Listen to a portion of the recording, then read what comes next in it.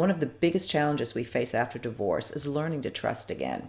Tune in today for a discussion on restoring your faith and love.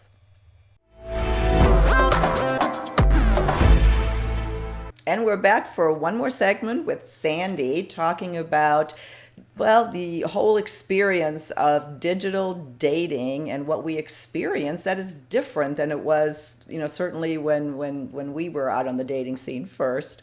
Sandy, one of the big issues, especially after divorce, is rebuilding trust again. When you're starting to date somebody new, huge issue. I know it was for me. Talk about that, and how do we restore our faith and love? So it's very common for people not to trust again. And what we do is we bring our past experiences to the next person. So the first thing to remember is the person in front of you is not your ex. It's a clean slate. It's a person with a clean slate. Until you know more about that person, don't make assumptions that they are going to be just like your ex was. So if your ex was a cheater, it doesn't mean everyone's a cheater, or that you're going to look for cheating signs. And a lot of people misinterpret, that a person's cheating just because maybe he looked at a woman in the restaurant. Oh my God, he must be cheating, And so we need to get the facts and not make assumptions. And so gather information, gather what you really see, not what you make up. And what I like to have clients do is say, is this really true? So, 100%, do you know that this is true? And so usually you don't know without a doubt that something is true because you've only seen signs that you've interpreted.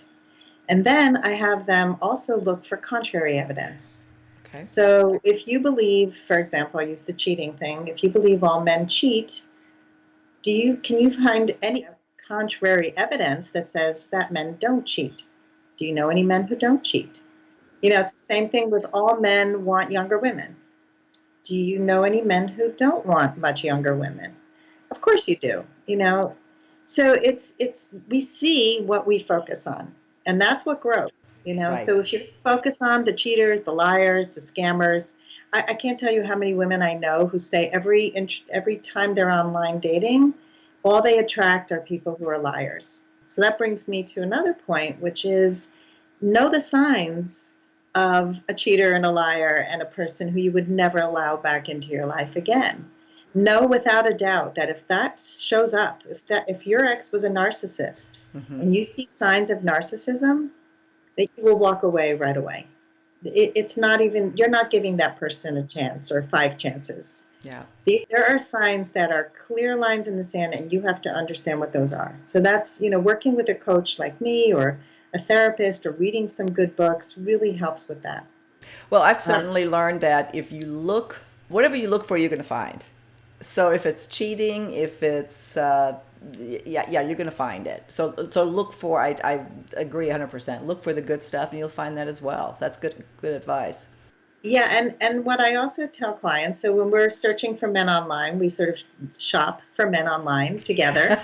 And we share screen. We do a video chat when I do live sessions with my clients. And so I'll get on their Match.com profile and I'll say, can you find 3 good things about this man? And she's like, no, he's not my type. Well, your type isn't working right now. So it hasn't worked for you yet. So we got to change your type. So what we want to do is look for men who have your must-haves and see if there's 3 of them. He has nice eyes. Seems like he has a really solid job and he has kids and it looks like he has a great relationship with them. Okay, those are good. Those are 3 things. Same thing when you're on a date. Look for 3 good things. He shined his shoes. I don't know, whatever you can find. He showed up on time. He greeted you warmly. Look for the good. We tend to just be going like, oh yeah, let me see if I can catch him being bad. So that's a really good way to really kind of shift your mindset into a much more trusting and positive mindset. The main thing is that you want to balance your head and heart in dating. We tend to either date with only our head or only our heart. And when you date with only your heart, then you just go in wide open and anybody can step all over your heart, which is not what you want. If you go in just with your head, your heart is guarded and no one can get in. So go in with your standards, know who you are, know what you want, know what you will settle for and what you won't. Don't deviate from that at all, and then forgive everything else. The people who come in with the long lists, and I don't like the way he chews with his mouth open. I mean, we all have habits. We all That could come be in. tough. I mean, it's just we need to be forgiving of things that are forgivable.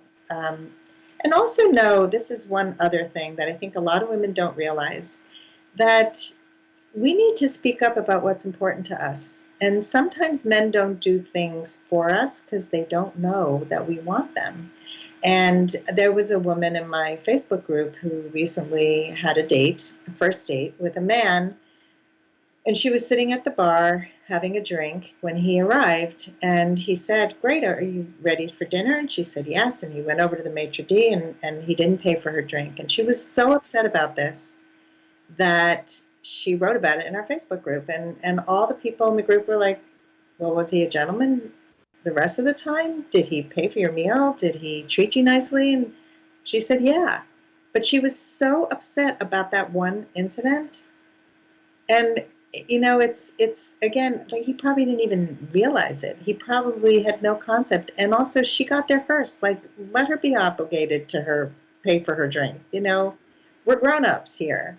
Well, So the big message being that when you look at that person in front of you, it's not the person that hurt you. You said that earlier. I'm quoting your right. words. Yes, it's not the person who hurt you. Yeah. And you also, if somebody does something and it does hurt you, then speak up about it. Don't assume that they should know that that was a bad thing to do, because we can't read each other's minds. But the point is, I mean, we can build trust again. It's tough. We need to acknowledge that we are bringing our own baggage, if you will, to the table, and change our mindset. And you've given us some great ways to be able to do that, Sandy. Thank you. We are you can just go on forever. We're already out of time again for this segment. Is there anything else that you want to add about trust? Trust yourself. I think that we need to really strengthen ourselves. And this is what my TED Talk was about. It's when you date with hard on the outside and soft on the inside, when you don't have your standards and you don't know who you are and you don't know what you'll walk away from, then you're everybody's option. You become the person who can get stepped on. So really get strong on the inside, but get strong enough so that you can speak your mind, so that you can set clear boundaries, so that you can trust again. Because there are amazing people out there. And don't give your heart away to every person who wants it. Be selective, but also be open. And expect the best, not the worst. That's one Yes, thing I know I had to learn. So, okay. absolutely. Great, Sandy. Thank you. We'll hope to see you back again soon on another segment of Second Act TV. See you next time. Thank you.